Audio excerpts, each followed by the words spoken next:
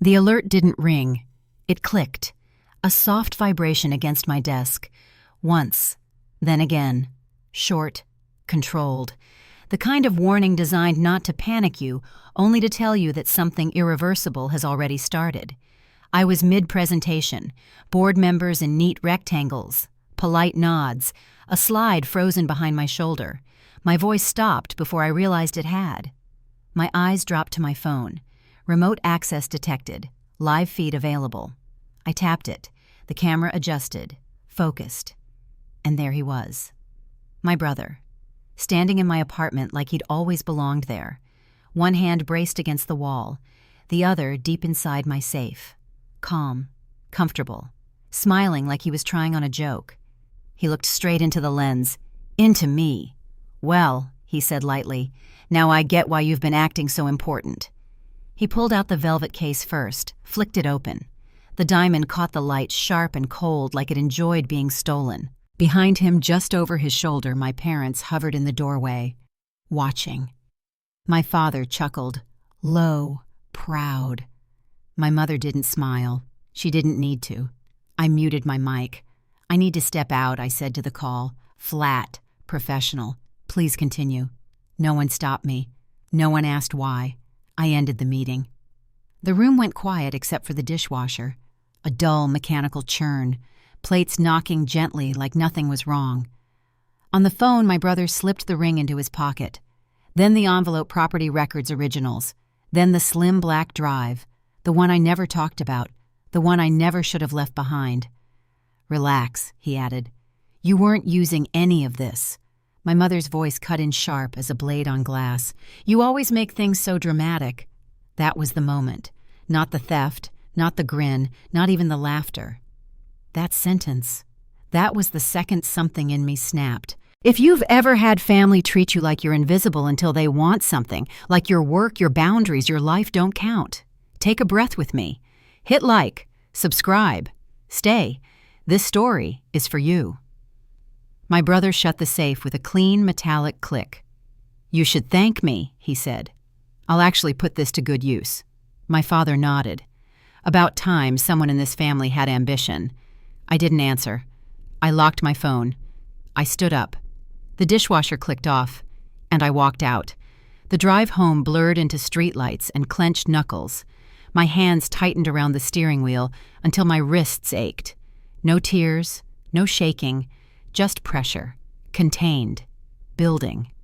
I kept hearing my mother's voice. "You always make things so dramatic."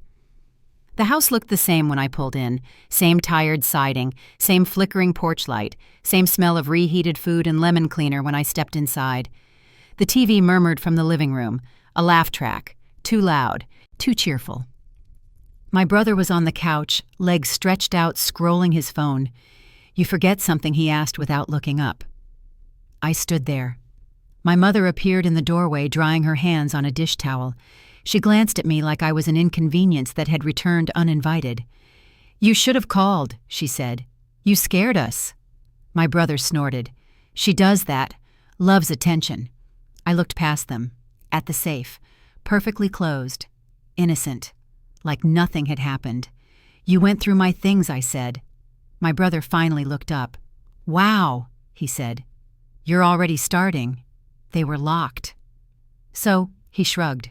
"You weren't home." My father leaned back in his chair, arms crossed, settled. "Don't do this," he said.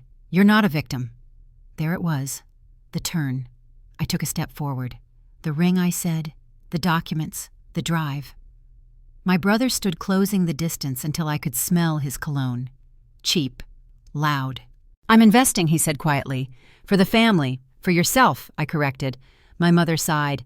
"Long, performative. Why do you always have to make everything uncomfortable, that one landed harder? Not loud, precise." My brother tilted his head, studying me. "You know he said you wouldn't even have half of what you do if it wasn't for us." That was the third snap. I held his stare. "I want it back," I said. "Now." My father laughed. "Listen to her, like she's in charge." My mother stepped closer, her voice low. Final.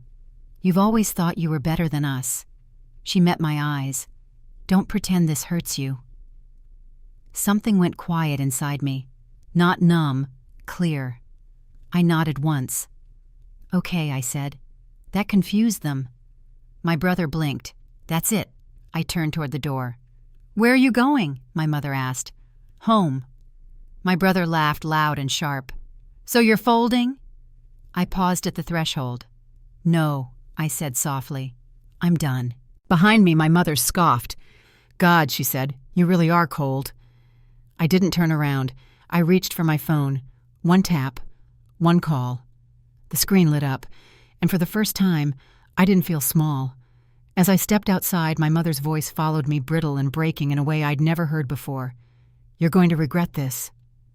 I stopped, looked back, and she finished quieter, almost confused. "I don't recognize you anymore. It didn't start with the safe. It never does. It started years ago in smaller rooms with softer voices and lessons that didn't sound cruel at the time, only normal. When you grow up inside it, favoritism doesn't arrive like a siren. It seeps in, quiet, repetitive, until it becomes the air." Luke learned early that the house bent around him. I learned early that it wouldn't bend for me. When I was 8, I brought home a spelling test with a red 98 circled at the top. I placed it carefully on the kitchen counter, smoothing the paper flat with both palms like presentation mattered. My mother glanced at it while stirring soup. "That's nice," she said, not looking up. Luke ran in 5 minutes later, breathless, waving a crumpled permission slip. "Coach says I might start," he announced. The spoon stopped mid-stir. My father smiled. Wide. Proud. "That's my boy." The paper with my score soaked up a drop of broth and curled at the edge. No one noticed. I slid it into my backpack before dinner. That was the first time I learned the rule. Achievements were quiet if they were mine. By middle school, the pattern was set. Luke forgot homework. Teachers called. My parents laughed it off. "He's got a big personality," my mother would say. "He'll land on his feet," my father added. When I forgot nothing, when I color-coded binders, memorized schedules, stayed up late studying, they called it obsessive. "Lighten up," my mother told me once, pulling my sleeves down at a family gathering. "You make people nervous." Luke made noise. I made space. At 13, I saved for months to buy a used bike from a neighbor. Red frame, scratched but solid. I cleaned it every night, hands black with grease, until it gleamed like it was new. I rolled it into the garage and stood there waiting, heart pounding, wanting someone to see. Luke barreled in on his skateboard, clipped the back wheel, and sent the bike crashing into the wall. The frame bent, paint split. He didn't apologize. My father glanced up from his newspaper. "Don't overreact," he said. "It's just a bike." Luke smirked. "You can get another." I dragged it back to my room, the metal scraping against concrete. No one followed. No one asked if I was okay. That night, I learned the second rule. What he broke, I was expected to forgive. High school sharpened everything. I worked 2 part-time jobs, saved quietly, applied for scholarships without telling anyone. When the acceptance letter came, I taped it inside my closet, hidden behind winter coats. Luke failed a class and blamed the teacher. My parents blamed the teacher, too. At dinner, my father clapped Luke on the shoulder. "School isn't everything," he said. "Some people just have it." My mother turned to me. "You'll help him study, right?" I nodded. Of course I did. When Luke borrowed money, it was temporary. When I paid bills, it was expected. When Luke missed curfew, it was boys being boys. When I stayed out late working, it was suspicious. By the time we were adults, the favoritism didn't even pretend to hide. Luke drifted between ideas.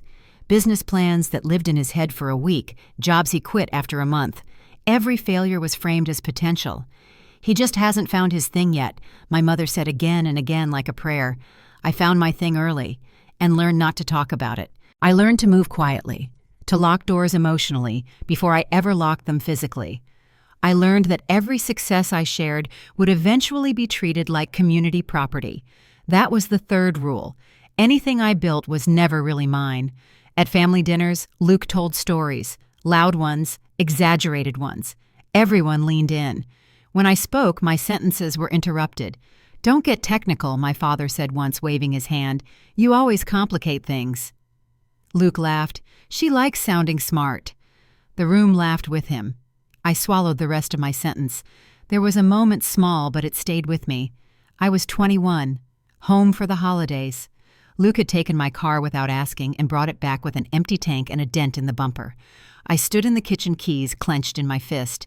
That took me months to save for, I said. Calm, careful. My mother looked tired, irritated. Why are you always keeping score, she asked. Luke leaned against the counter, arms crossed. See, he said, this is why people don't like you. That one stayed, because it wasn't shouted. It wasn't cruel on the surface. It was delivered like a fact. From then on, every boundary I tried to draw was labeled the same way. Selfish, cold, dramatic. When I stopped lending money, I was stingy. When I stopped explaining myself, I was arrogant. Luke kept taking, my parents kept excusing, and I kept shrinking not outwardly, but inwardly, folding myself tighter so there'd be less to steal. By the time I moved out for good, my mother hugged me stiffly and said, "Don't forget where you came from." Luke didn't hug me at all. "Don't get too big for us," he said. I smiled back. I already knew the last rule by then, the one they never said out loud. I wasn't family. I was a resource. And resources in their world were meant to be used. The safe, the ring, the papers. They weren't a betrayal. They were a continuation. And as I drove away from that house years later, knuckles white on the wheel, I realized something that settled heavy and final in my chest. They didn't choose Luke once. They chose him every day. And they expected me to keep choosing silence. I didn't leave home with a suitcase full of dreams. I left with a list. What to hide, what to lock down, what to never ever explain again. Freedom didn't feel like relief. It felt like vigilance. The first apartment was small, one window, flickering hallway light that buzzed like it might give up at any moment. The neighbors argued through thin walls. The heat worked when it felt like it, but the door locked. And when I turned the key, no one followed me inside. That mattered more than space. I learned quickly that distance alone wasn't protection. Distance without structure was just delay. So I built structure. I tracked everything: expenses, time, access. I treated my life the way some people treat a system under constant threat, because it was. I stopped answering questions that didn't feel neutral. How much do you make now? Enough. Where exactly do you keep your savings safe? Why are you so private? Because I am. Every vague answer was a boundary. Every boundary made them uncomfortable. Good. Work became my refuge, not because I loved it at first, but because it was honest. Code either held or it didn't. Systems either failed or they didn't. No gaslighting, no favoritism, no pretending. I gravitated toward risk, toward controls, toward the quiet power of knowing where things broke and how to stop it. While other people celebrated promotions loudly, I celebrated alone. A better chair, a stronger password, a lock that clicked with finality. My phone stopped buzzing with requests once they realized there were no shortcuts through me. That was the fourth snap. The day I understood that saying no didn't require justification. I upgraded my life in layers, not leaps. New job, same silence, better pay, same clothes, more responsibility, fewer explanations. I didn't post milestones. I didn't announce wins. I learned that attention was a currency, and I refused to spend it where it would be misused. The apartment came later. Not big, not flashy, just clean lines and solid doors. Windows that didn't face the street, neighbors who minded their business. I installed cameras not because I was afraid, but because I preferred evidence over hope. The safe came after that. Steel, bolted, unforgiving. When I closed it, the sound wasn't loud. It was decisive. I told myself I'd never share access, never blur lines again. Then came the call. It was supposed to be simple. I was traveling for work. 3 weeks. Audits, long days, hotels that all smelled the same. My mother's voice had been unusually soft. "Luke's just trying to get back on his feet," she said. "He's family." Family? The word still had weight then. I gave him a spare key. Limited access. Or so I thought. "Just water the plants," I said. "Don't touch anything else." He laughed. "You're acting like you've got gold bars in there." I laughed too. That was the fifth snap. the one that hurt the most because I felt it crack and ignored it anyway. When I returned, everything looked fine. The plants were alive, the counters clean, the safe untouched. I let my guard down. I shouldn't have.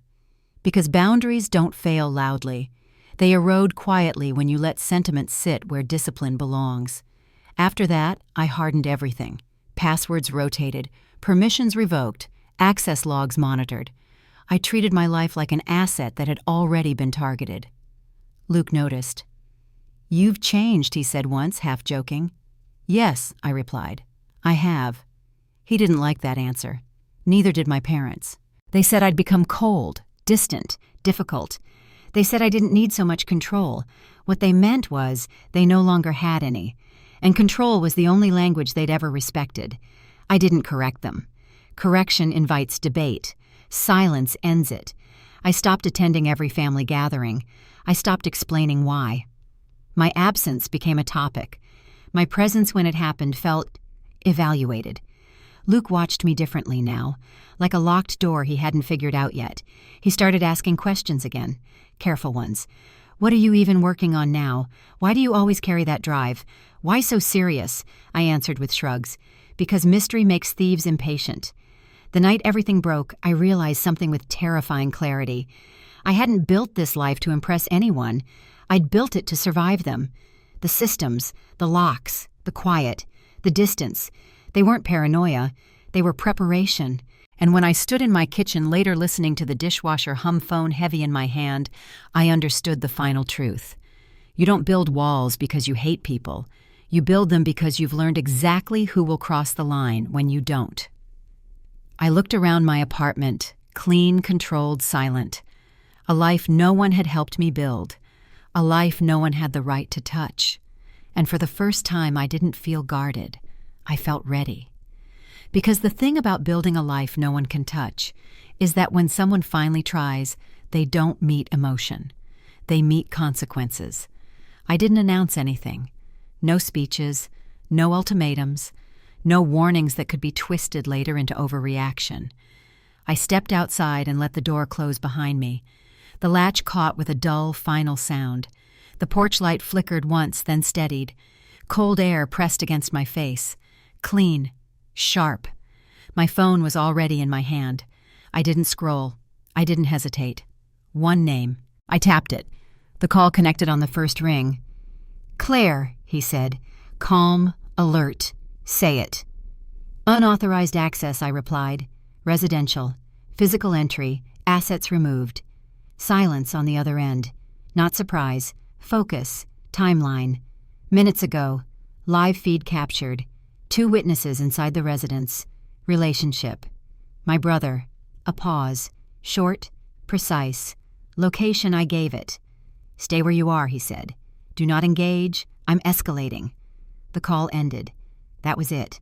No shaking hands, no racing heart, just the quiet click of a switch being flipped somewhere deep inside me. From the porch, I could hear them through the walls. My father's voice rising. Luke pacing. My mother moving plates in the kitchen like noise could rearrange reality. I didn't go back in. I leaned against the railing and waited. My phone buzzed. "Mom." I let it ring. Again. Then Luke. Again. The screen lit up over and over, the same name flashing like it could force a response through repetition. It didn't. I watched my breath fog in the air. Counted seconds. Not because I was nervous, because counting keeps your hands steady. The second call came in from an unfamiliar number. I answered. "Claire Donovan," a woman said. Her voice was measured. "Legal. This is compliance. We're seeing irregular movement tied to your secured items." "Yes," I said. "You should. Do you authorize intervention?" "Yes." Another pause. Longer this time. "Are you aware of the personal implications I am?" "Then remain available," she said. "Do not interfere." I ended the call. Behind me, the front door swung open. Luke stepped onto the porch, phone in hand, eyes bright with irritation. "What did you do?" he demanded. "Why aren't you answering?" I looked at him. Really looked. His jaw was tight now. Smile gone. The confidence that had filled the room earlier had thinned, stretched too far. "I'm done talking," I said. He scoffed. "You're being ridiculous." My mother appeared behind him, arms wrapped tight around herself. "You're scaring us," she said. "This isn't necessary." Necessary. That word again. I turned my face back toward the street. "I asked for my things," I said. "You said no." Luke laughed. "Too loud. Too quick. You don't call strangers on your own family," he snapped. "That's sick." My father stepped out, last phone pressed to his ear. He pointed at me without looking. "She's outside," he said into the call. Yes, she's making a scene. I felt it then. Not anger, detachment. The sound of engines cut through the night, low, controlled, close. Blue light washed across the street, then red, then blue again. It slid over the siding, the windows, my parents' faces, turning them into something unfamiliar. Luke froze. "What is that?" my mother whispered. The first cruiser pulled up slowly. No siren, just authority. Then another. 2 dark SUVs followed, stopping a careful distance behind. My phone buzzed once more. "Mom," I answered. "What did you do?" she cried.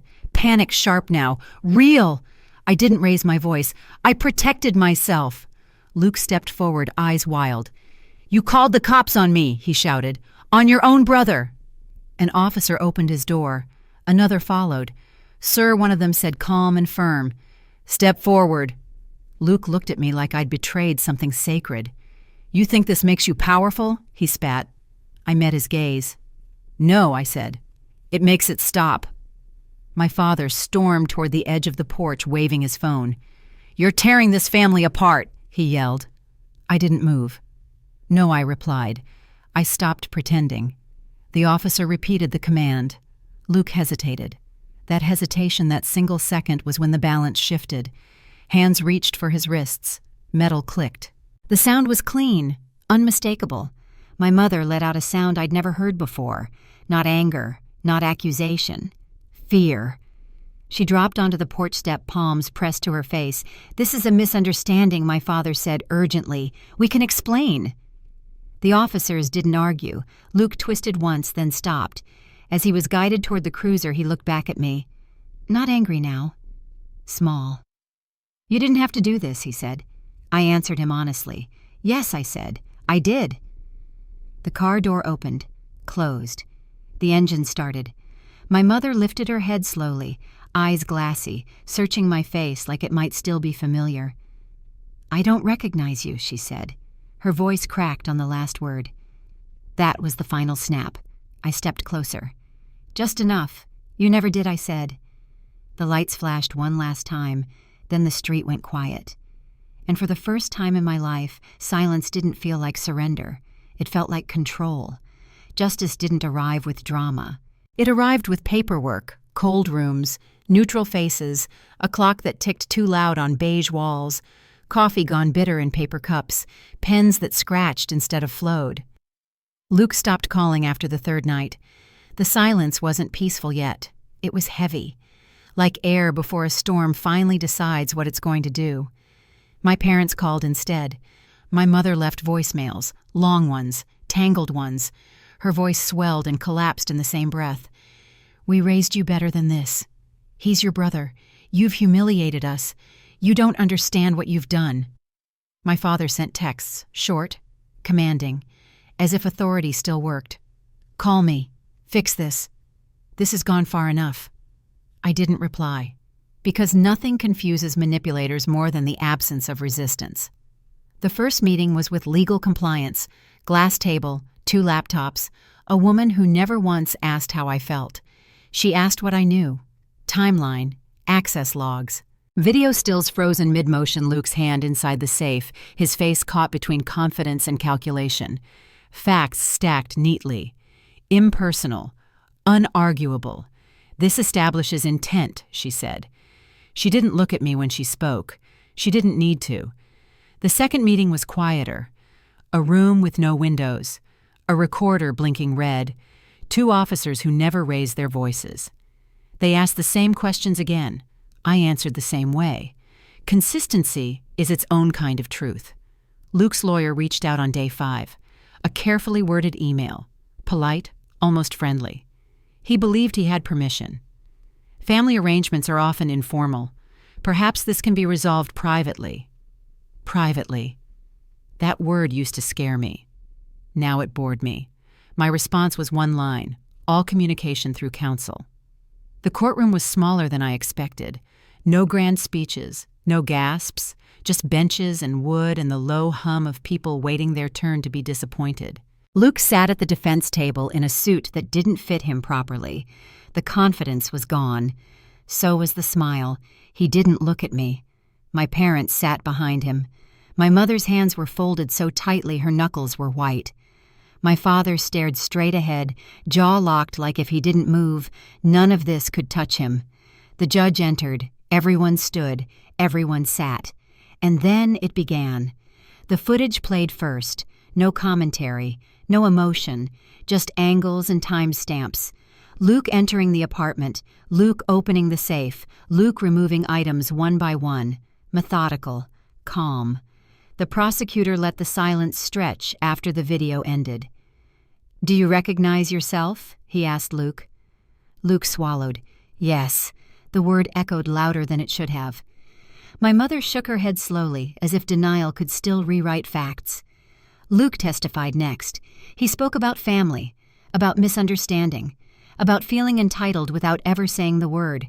When he finished, the judge leaned forward slightly. "Entitlement," she said, "is not consent." That sentence landed clean. No gavel, no raised voice, just truth. When the verdict came, it wasn't cinematic, it was procedural, charges upheld, restitution ordered, sentencing scheduled. Luke didn't react. My father finally turned toward me then. His eyes weren't angry anymore. They were empty. That hurt less than I expected. Outside the courthouse, reporters hovered like they always do, hoping for tears, shouting collapse. I walked past them. Justice doesn't perform. Weeks passed, then months. The money was returned in installments, cold and impersonal. Numbers on a screen. No apology attached. Luke sent a letter from inside. My name written in handwriting I barely recognized. He said he was sorry. He said he missed me. He said he didn't understand how things went so wrong. I read it once.